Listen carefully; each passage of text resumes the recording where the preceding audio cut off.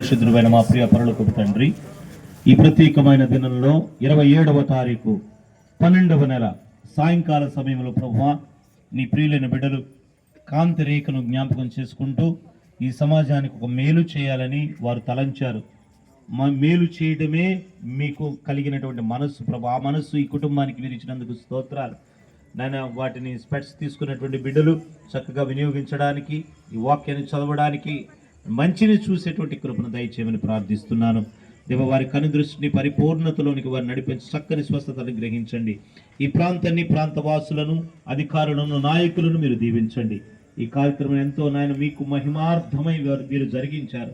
రాబో కాలమంతయు కృపాక్షేమాలు వీరు వెంట వచ్చునుగా కానీ పలుకుతున్నాను.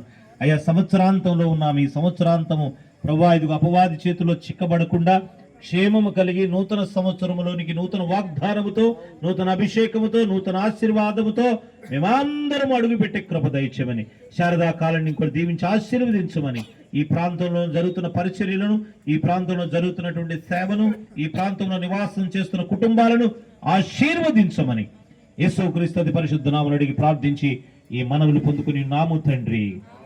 మన తండ్రి అయిన దేవుని ప్రేమయు, కుమారుడు రక్షకుడైన యేసుక్రీస్తు వారి కృప, పరిశుద్ధాత్మ దేవుని యొక్క అన్యోన్య సహవాసం, ఆశీర్వాదము, కాపుదల, భద్రత, క్షేమము, ఆరోగ్యం, ఐశ్వర్యం, అభిషేకము, ఆనందం, ఆదరణ, ఆయన యొక్క నిత్య సంకల్పము ఎల్లప్పుడూ మనతో ఆయన వచ్చు పర్యంతరము ఉండును గాక. ఆమేన్, ఆమేన్. God bless you all. Thank you.